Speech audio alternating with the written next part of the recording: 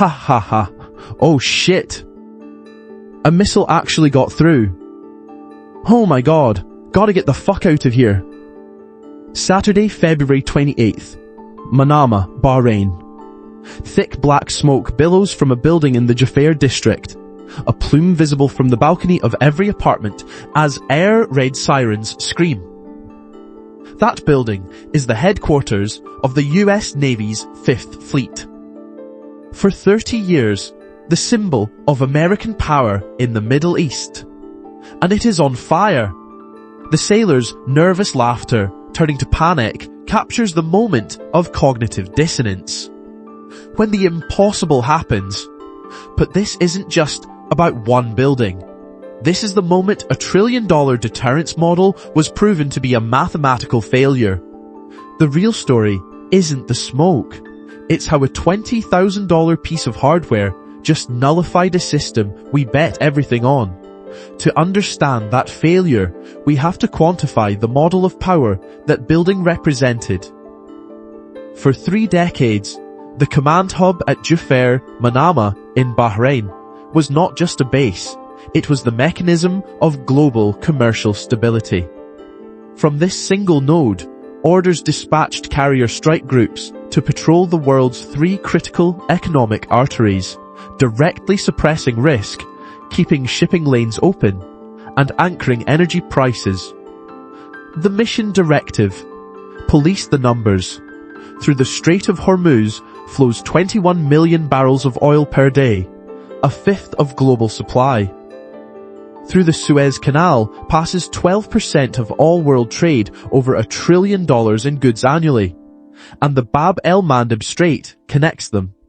This was the old model of deterrence. And let's be precise about the capital. We're not talking about a single building, but the multi-trillion-dollar architecture it commanded, the fleets, the aircraft, the ISR platforms, the entire logistics chain. A capital stock sunk over decades. The attrition math was designed to be a firewall. The cost to any adversary to seriously challenge this system was calculated to be strategically prohibitive. A non-starter, which leads to the question now being priced into spiking Brent crude futures and maritime insurance premiums. Who had the audacity to target this fortress? And more importantly, what new model of attrition, what new calculation gave them the confidence they would succeed? The answer to that question arrived within hours. The smoke over Manama was not a random act of terror. Iran's Islamic Revolutionary Guard Corps, the IRGC, issued a formal communiqué claiming responsibility. The motivation was explicit: retaliation for a prior US action. But this was no panicked reprisal. The communiqué confirmed this triggered a pre-authorized systemic plan, an operation designed, in their own words, to neutralize American power by striking 4 separate US military installations. And the data confirmed it. On the screens, the map of the Middle East didn't just light up. 4 distinct icons blinked red, almost simultaneously. Manama. Another near the Strait of Hormuz. 2 more flanking the critical Iraqi-Syrian corridor. This wasn't an attack. This was a geometric proof of coordination. This was the first stone, the first entry in a new ledger of attrition. The opening move in a much larger, far more patient strategy that understands you don't beat a superpower with a single rifle. You beat it with 10,000 rocks. It is a model built on compounding costs. A $1,000 drone against a $1 billion asset, repeated endlessly. Designed to bleed a $1 trillion deterrence architecture dry, one small, cheap cut at a time. But a rock is never an abstract concept in a kinetic model. It has mass, it has velocity, and when it strikes, the cost is calculated not in metaphors, but in casualties. In burned-out aircraft, in cratered runways, and in the phone calls that are, right now, beginning to ring in homes 10,000 miles away. That cost is the predictable, mathematical outcome of a fatal flaw embedded in the American strategic model from its inception. The nerve center of its regional power projection wasn't in a remote, hardened bunker. It was embedded in the heart of a dense foreign capital city. When the attack finally came, what the Pentagon calls collateral damage wasn't an unfortunate accident. It was a mathematical certainty. Iranian drone fragments and missile debris didn't fall into an empty desert. They rained down on residential streets and commercial centers. The calculus of attrition was no longer an abstract concept on a PowerPoint slide. It was fire, visible on the facade of the Breaker residential tower. It was the emergency crews responding to severe structural damage at the Crown Plaza Hotel. It was the panicked reports coming from the shattered windows of the AirViews tower. The entire deterrence model had failed, and its failure was written in smoke and fire across a city skyline. And in that moment, the geopolitical crisis became intensely, terrifyingly personal. The US State Department issued an urgent, non-negotiable order, an alert that flashed across hundreds of phones belonging to the families of those stationed at the 5th Fleet. The message was simple. How? Evacuate. Immediately. You can imagine the scene. A surge of adrenaline. Bags packed in minutes. A frantic scramble to check flight statuses, booking anything to get out. But they were trapped. In a moment of the most horrifying irony, the very airport designated as their primary escape route had also been struck. Their only way out was shut down. The strategic blunder had metastasized into a human crisis, with American families caught in the kill box their own strategy had inadvertently designed. But what if this catastrophe, this televised human drama, wasn't a blunder at all? What if trapping hundreds of American civilians wasn't the enemy's mistake, but was, in fact, the entire point? A perfect piece of human bait. The human bait worked. While the world's cameras and America's entire command structure were paralyzed, staring at the unfolding human drama in Bahrain, the real attack was never in the Persian Gulf. It was 1,500 miles away, in the open waters of the Indian Ocean. They didn't target a destroyer. They didn't go for the carrier. Instead, a single Iranian Qatar 380 missile struck a vessel most have never heard of. A combat support ship. This ship carries no Tomahawks. It launches no jets. Its sole purpose is to be the fleet's floating gas station and supply depot. It is the fuel, the ammunition, the food, the single logistical node that gives the entire carrier strike group its endurance, its operational range. By cutting this one artery, Iran didn't just sink a ship. They executed the modern equivalent of starving an army in the field rather than fighting it head-on. On the command screens, the fleet's operational radius, that vast projection of power, would have collapsed instantly, from thousands of miles to a few hundred. The hunter was now the hunted, forced to retreat back towards the very ports that were already under attack. But a logistical failure, however catastrophic, is recoverable. The model can be recalibrated. But Iran wasn't just targeting the supply lines. They were aiming for the system's center of gravity. The next shot wasn't for a ship. It was the kill shot, aimed squarely at the core assumption of American technological supremacy itself. The physical and logistical attacks were merely the setup. The final decisive blow was aimed not at an asset, but at an axiom, the core belief in American technological supremacy. For decades, US strategic capital was allocated to construct a defense-in-depth architecture. Not a wall of steel, but a layered system of engagement envelopes. Over $250 billion since the 1980s poured into the terminal high-altitude area defense, THAAD, Patriot system, the shipborne Aegis combat system. Each program was a line of code in a single thesis that sufficient capital and technology could guarantee a near 100% probability of kill against any inbound threat, a mathematical certainty. Then a single data point arrived to falsify the entire model, one Iranian Fatah-1 hypersonic missile, a maneuverable re-entry vehicle, a MAR-V, travelling at Mach 14 inside the atmosphere. In the JOC, we watched the symbology flicker. This wasn't a ballistic arc the system was built to solve. The first failure was the assumption itself. Aegis trackers, designed for predictable physics, couldn't hold a lock. The second failure was time. At that velocity, the reaction window, the entire kill chain from detection to intercept, shrank to an impossible few seconds. THAAD's fire control reached out, its intercept solution failing to compute against the erratic high-G maneuvering. The system aborted. The final layer was simply irrelevant. The probability of kill calculation, the basis of that $250 billion investment, had collapsed to zero. Pause.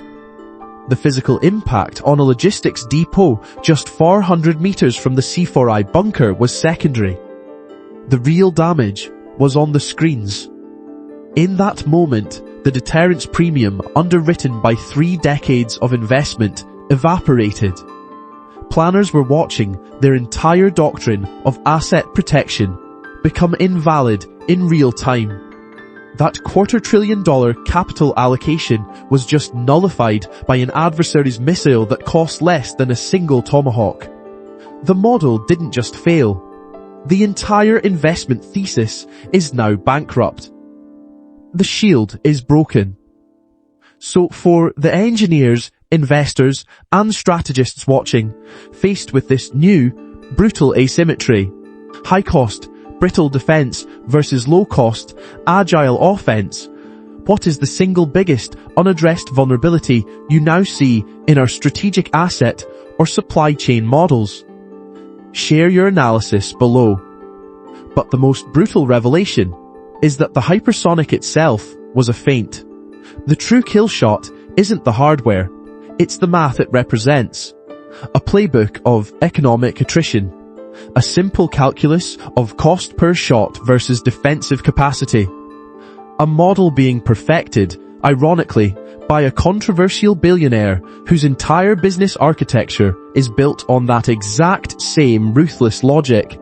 That calculation is the 10,000 rocks doctrine in practice. But it isn't a military strategy. It's an economic one. Designed to bleed a superpower dry by forcing it to trade its most expensive assets for its enemy's cheapest. The numbers are brutal. Iran deploys a Shahed drone. Cost approximately $35,000. To intercept it, the US fires a Patriot missile. Cost $4 million. That is an adverse cost exchange ratio of more than 100 to 1.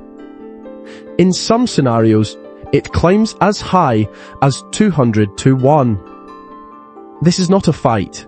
It is an accounting problem. And the balance sheet is catastrophic. They fire a $35,000 drone. We fire a $4 million missile. They fire another. We fire another. The math is the math. It does not care about technological superiority. This is a mathematically unwinnable conflict. America's finite interceptor stockpiles, which take years of industrial output to produce, can be exhausted in weeks. We have seen the proof.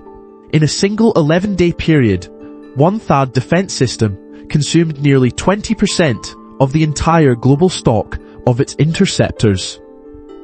The cost, over $800 million. This attrition forces an impossible strategic choice. Defend the Persian Gulf or maintain deterrence over Taiwan. You cannot do both. The inventory simply does not exist. This is the simple arithmetic that has bankrupted the American model of deterrence. as Elon Musk bluntly put it when criticizing these exact kinds of expensive legacy systems. Some idiots are still building manned fighter jets. But to blame the Pentagon for this is to miss the point. This is not a failure of military strategy. It is a failure of capital allocation. A fundamental miscalculation in the financial models that have guided American power for 50 years. The unwinnable math on the battlefield is just the final symptom of a disease that starts much, much higher up the chain. This entire crisis, from the smoke over Manama to the raw math of attrition, is not fundamentally a military failure. It is a catastrophic failure of capital allocation. The United States invested trillions of dollars in high-cost, centralized, exquisite systems. Its aircraft carriers, its stealth fighters, its layered missile defense. Each is a masterpiece of engineering, but it's the strategic equivalent of Kodak spending a fortune to perfect the world's most exquisite high-resolution film, locking itself into an astronomical fixed-cost structure while the enemy was building the first cheap digital cameras. They understood that good enough, when deployed at scale, always bankrupts perfection. This is why every successful intercept we witnessed is in reality a catastrophic strategic loss. It is a negative ROI transaction. The math of attrition doesn't lie. A single interceptor missile, costing anywhere from $2 to $10 million, is fired to destroy a drone that costs perhaps $20,000. That is an adverse exchange ratio of 100 to 1. Even 500 to 1. And Iran isn't trying to win a battle. It is simply enforcing this cripplingly adverse exchange ratio to bleed the system dry, turning America's primary strength, its technology, into its primary vulnerability. The verdict on this broken capital allocation model is already in. As one analyst summarized with brutal clarity, "We spent $1 trillion to own the airspace over the Persian Gulf. Today, Iran proved they can rent it for an afternoon with loose change." And this failed model, this fundamental miscalculation of capital and risk, isn't an abstract problem for the Pentagon. It is a shockwave, and it's already cascading through the very structures that underpin your portfolio. It starts in the sky over the Gulf, but it does not end there. It cascades into skyrocketing insurance premia for every tanker in the Strait of Hormuz, into volatility in energy prices, and into the risk models that reprice every logistics and manufacturing stock you own. This failure of deterrence is not an abstract military problem. It is a direct and quantifiable threat to your capital, and its transmission mechanism is no longer theoretical. The public demonstration that the US can no longer guarantee security at the world's most critical choke points triggers an immediate repricing of risk, with consequences now cascading through global finance and logistics. First, the Strait of Hormuz. This single artery carries 20% of the world's entire oil supply. That's a daily value of over $1.3 billion. The erosion of deterrence here embeds a permanent risk premium into global energy and shipping insurance. This is a first-order effect. It is not a temporary price spike. It is a new, higher, and more volatile cost floor for the entire global economy, compressing margins from the fuel pump to the factory floor. That premium then triggers the second-order effects, forcing a single container from Asia to Europe off its optimal route adds between $2,000 and $4,000 in cost and 10 to 14 days of transit time. This completely shatters the just-in-time logistics model that underpins the petrochemical, pharmaceutical, and semiconductor supply chains. The result is a forced pivot to just-in-case inventories, bloating the working capital required for operations and tying up capital that was previously allocated for growth, Combine this with a parallel crisis in the Red Sea, and the third-order impact becomes clear. Our models, based on a sustained, year-long, dual disruption scenario, project a drag of over $1 trillion on annual global GDP. This isn't a headline, it's the calculated output from factoring in these new, permanent frictions of cost and time. This is the structural price of evaporated deterrence. The previous capital allocation model, which treated choke point security as a given and cheap global freight as a constant, has failed. The math of attrition is undeniable. Recalibration means retiring these assumptions for good. It means building political risk, shipping lane volatility, and higher inventory costs directly into your financial models and your project timelines. It means pricing in supply chain diversification and onshoring not as a luxury, but as a core cost of survival. The choice is simple. Update your model or become a casualty of it. If this analysis provided you with a new framework for understanding risk, subscribe for more intelligence that cuts through the noise, and share this with one person who needs to see the new math.